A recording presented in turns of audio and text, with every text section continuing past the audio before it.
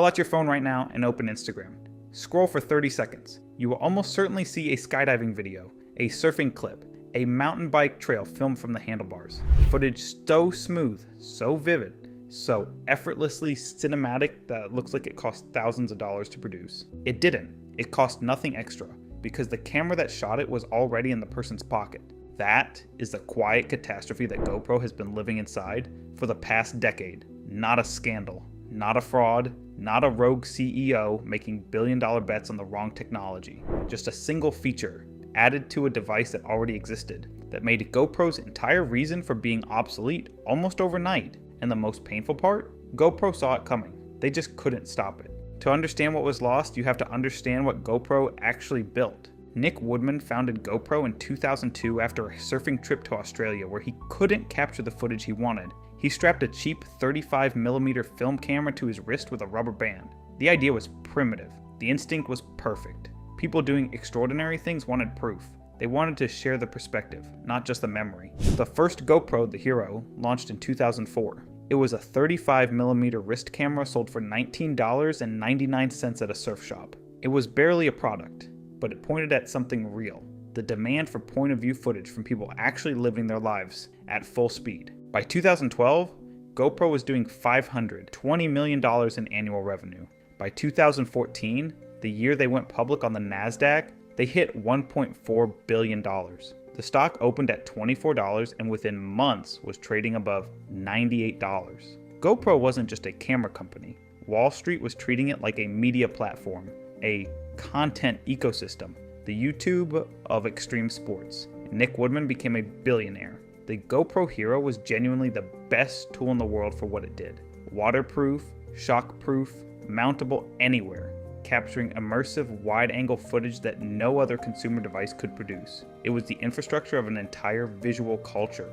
Every viral surfing clip, every helmet cam video, every first-person ski run that made you feel like you were there, that was GoPro's product. That was their monopoly. Then Apple went to a meeting in Cupertino and changed one line in a spec sheet. In 2016, Apple released the iPhone 7.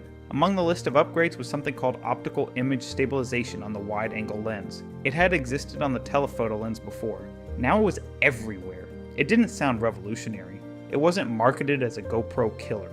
Apple didn't hold a press conference to announce the death of action cameras. They just quietly made the phone's camera dramatically more stable, dramatically more capable in low light, and dramatically wider in its field of view. The 2017 iPhone added 4K video at 60 frames per second. The 2018 model added sensor shift stabilization so aggressive it could smooth out footage shot while running. By 2019, with the iPhone 11, the ultra-wide lens arrived, a 120-degree field of view, the exact cinematic perspective that GoPro had spent 15 years perfecting as its core identity. Now was a default feature, already in everyone's pocket, already paid for. Think about what this meant structurally. GoPro's entire business model depended on one equation. The footage you want to capture requires a specialized device you don't already own. The moment smartphones neutralized that equation, every potential GoPro customer became someone who had to ask themselves a harder question. Do I need this badly enough to spend $400 on a second camera I have to mount,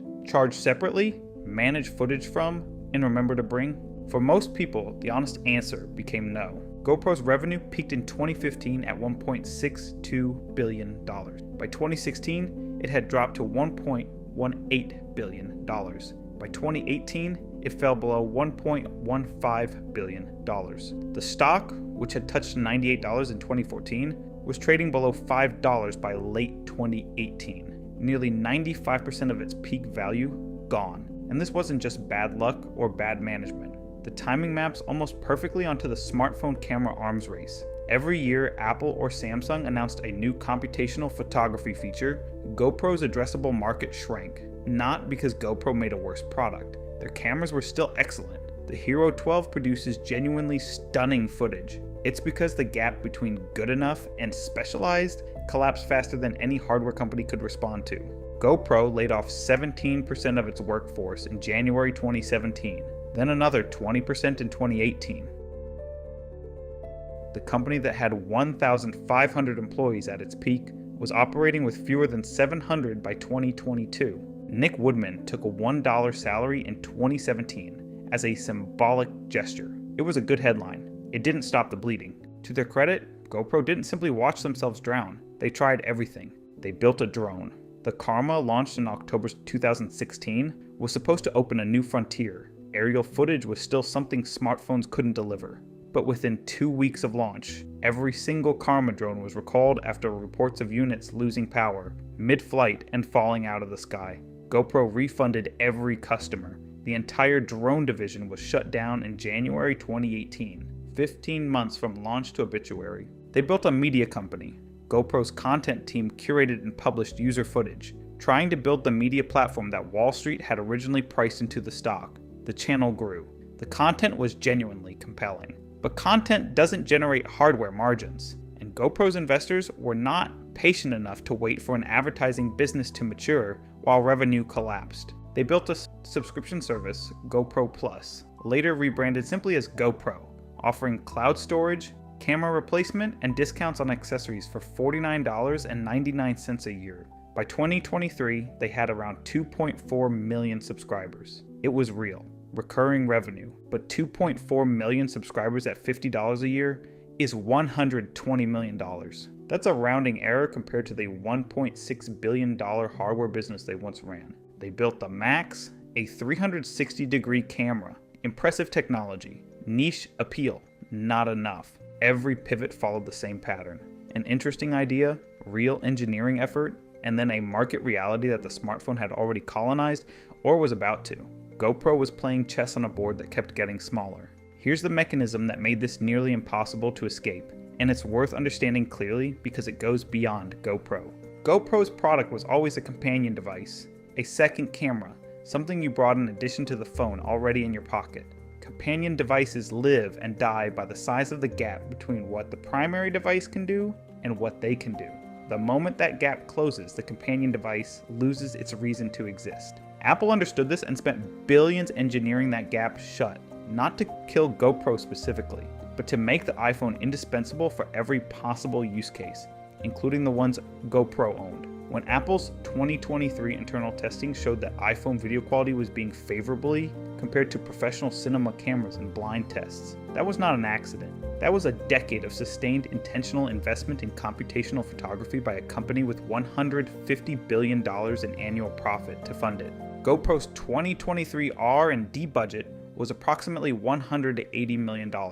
Apple's was $22 billion. GoPro was bringing a knife to a nuclear arms race and didn't have a choice because there was no version of this fight where a $900 million market cap camera company outspends a $3 trillion technology platform. In 2024, GoPro announced it was exploring a potential sale of the entire company. Multiple reports confirmed the board had engaged advisors to find a buyer. No deal materialized. The stock, which had briefly recovered to around $8 in 2021 during the pandemic content boom, was trading below $2 by mid-2024. In February 2025, GoPro laid off another 15% of its remaining staff.